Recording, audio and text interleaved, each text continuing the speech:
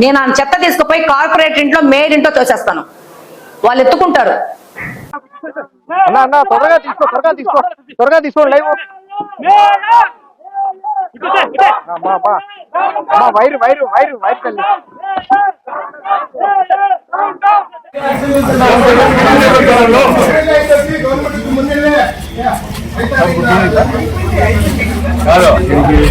వేసిన తర్వాత కూడా పెద్ద ఎత్తున మేము ఇక్కడ రావడం అయితే ఖాయం. ఎందుకంటే రానున్న రోజుల్లో కూడా ఉద్రిక్తపరిచిన దాడి అవకాశాలు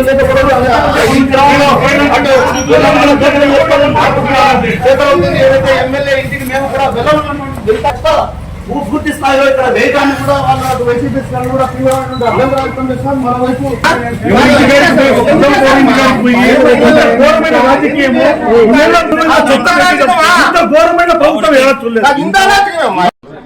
అంత మీడియా మీరే కల్లారా చూశారు. నిన్న జరిగిన ప్రెస్ మీటు, మొన్న ఆమె పెట్టిన ప్రెస్ మీటు, గుమ్మడికాయల దొంగ అంటే భుజాలు ఎగరేసుకునే పని అయింది ఎమ్మెల్యేకి. నిజంగా ఓ నియంతలాగా వివరిస్తుంది. వచ్చి 3 నెలలు కూడా ఈ రాష్ట్రంలో అరాచకాల పాలన, దౌర్జన్యకరణ పాలన జరుగుతుంది. అంటే మాకు ఓటు వేస్తే ఈ విధంగా ఉంటుంది, మాకు ఓటు వేయకుంటే ఈ విధంగా ఉంటుంది. ఒక నియంతలాగా చంద్రబాబు నాయుడు రెడ్ బుక్ లాగా లోకేష్ ఎన్ని తెలిసి రాష్ట్రంలో నియంత్రణగా వివరిస్తారు. నిజంగా ఈ సంఘటన మీరందరికీ తెలిసిన విషయమే. కూతవేటలో ఒక 300 మీటర్ల పోలీస్ స్టేషన్ ఉంది. 300 మీటర్ల పోలీస్ స్టేషన్లో ఉన్నా కానీ ఇక్కడ ఇంత అరచంగా మా ఇంటి దగ్గరకు వచ్చి చేశారంటే ఎవరు లేని టైంలో పోలీస్ వ్యవస్థ ఏం చేస్తుంది? ఈ ప్రభుత్వం లాండర్ ఉందా? ఈ ప్రభుత్వంలో మనుషుల్ని చంపేది నరికేదే కాకుండా మనుషుల్ని కూడా హరాస్మెంట్ చేసే విధంగా ఈరోజు చేయడం దారుణం. నిన్న ముఖాముఖి కూడా మాట్లాడే దాంట్లో అమ్మానేమన్న సంభోషణ తప్ప ఆర్థిక పరిస్థితులు కానీ అన్నీ చూసుకోవాలి. చెత్తకి నిజంగా ఈరోజు నెల్లూరు కార్పొరేషన్లో మున్సిపల్ మినిస్టర్ నారాయణ కూడా క్లాప్ ప్రోగ్రామ్ని పూర్తిగా ఎత్తేసడం జరిగింది. కడప నగరంలో ఈరోజు కూడా 30 ఏళ్ళుగా ప్రజలకి సర్వీస్ చేస్తున్నాం. ఇంతవరకు స్థానిక సమస్యల ద్వారా నేను ప్రజాప్రతినిధిగా ఉన్నా. సర్పంచ్గా 10 ఏళ్ళు, 5 ఏళ్ళు జిల్లా పరిషత్ చైర్మన్గా, మేయర్గా 10 ఏళ్ళు ఉంటూ ప్రజలకు సర్వీస్ చేసే విధానంలో ఎక్కడలో ఎటువంటి లోపాలు మేము చేయలేదు. ఇప్పటికీ 73 వెహికల్స్, మా కార్పొరేషన్ వెహికల్స్, 570 మంది స్టాఫ్తో నిత్యం కడప నగరంలో ఎప్పుడు క్లీన్ అండ్ గ్రీన్గా ఉంచే మేము మాజీ ముఖ్యమంత్రులు క్లాప్ ప్రోగ్రాం పెట్టా కానీ ఆ ప్రోగ్రాంని చెత్త నా కొడుకు, చెత్త ముఖ్యమంత్రి, చెత్తకు పన్ను వసూలు చేస్తాను అన్నా కూడా ఈరోజు 3 నెలల నుంచి క్లాప్ ప్రోగ్రాం మేము ఆటోలు తిప్పుతూ ఆర్థిక పరిస్థితుల విధానాలు చూసుకోవాలి. మా రాష్ట్ర మా కార్పొరేషన్ ఇన్కమ్ ఎంత, మేము ఎంత శానిటేషన్ ఖర్చు పెడుతున్నామనే వివరణ ఇచ్చేదానికి నిన్న ప్రెస్ మీట్ పెడితే దాని ముందు రోజు ఇంట్లో కూర్చొని మేయర్ ఇంట్లో చెత్త వేయండి అని చెప్తారు. ఇక్కడ చెత్త వేసేదానికి ఎవరు రాలే, కేవలం తెలుగుదేశం కార్యకర్తలు, తెలుగుదేశం పందికొక్కులు వీడికి ఇంటి దగ్గరకు వచ్చాయి తప్ప ఈ విధంగా చేయడం. మేము చేయాలంటే దిగజారిపోయినామంటే మేము కూడా సంస్కృతి ఎలా ఉంటుంది మీరు కొద్దిగా ఆలోచన చేయాలి. అంటే కడప ప్రశాంతంగా ఉన్న ఊరిని ఇప్పటి నుంచి 3 నెలల నుంచి మనం చూస్తున్నాం. తెలుగుదేశం పార్టీ అధికారం వచ్చిన తర్వాత కడప ప్రజలు, హిందూ ముస్లిమ్స్, క్రైస్తవులు అందరము ఒక అన్నదమ్ములుగా మెలిగే ఊరు.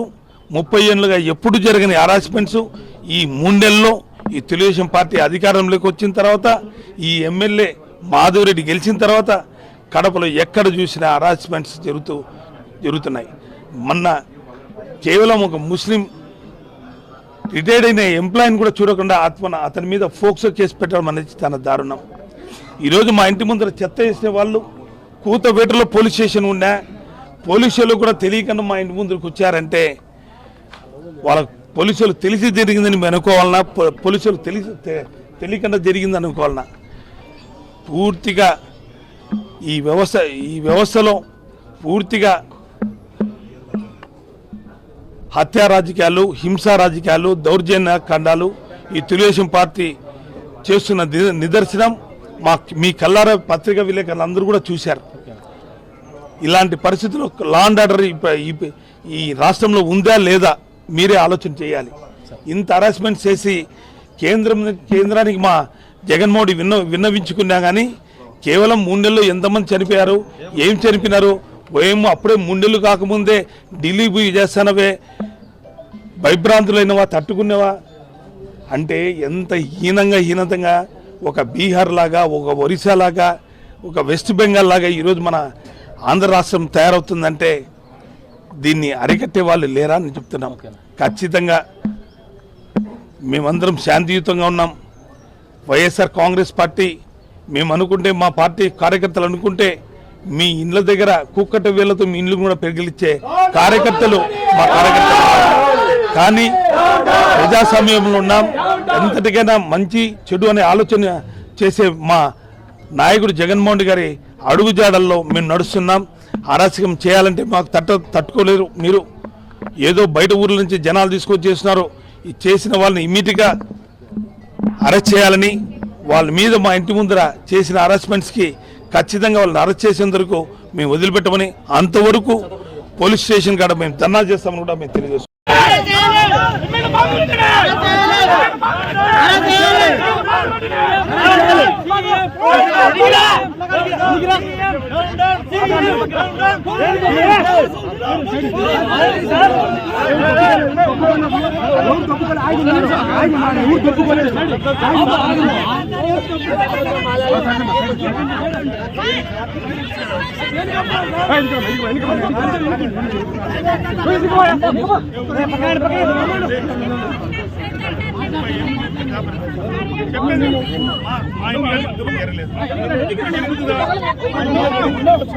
ఆదులు దొరుకుతున్నాడు వాళ్ళ ఇంటికి నేను చెప్పేసి అరెస్ట్ చేయండి కదా. అప్పుడు ఆపినచ్చు కదా సార్ మీరు.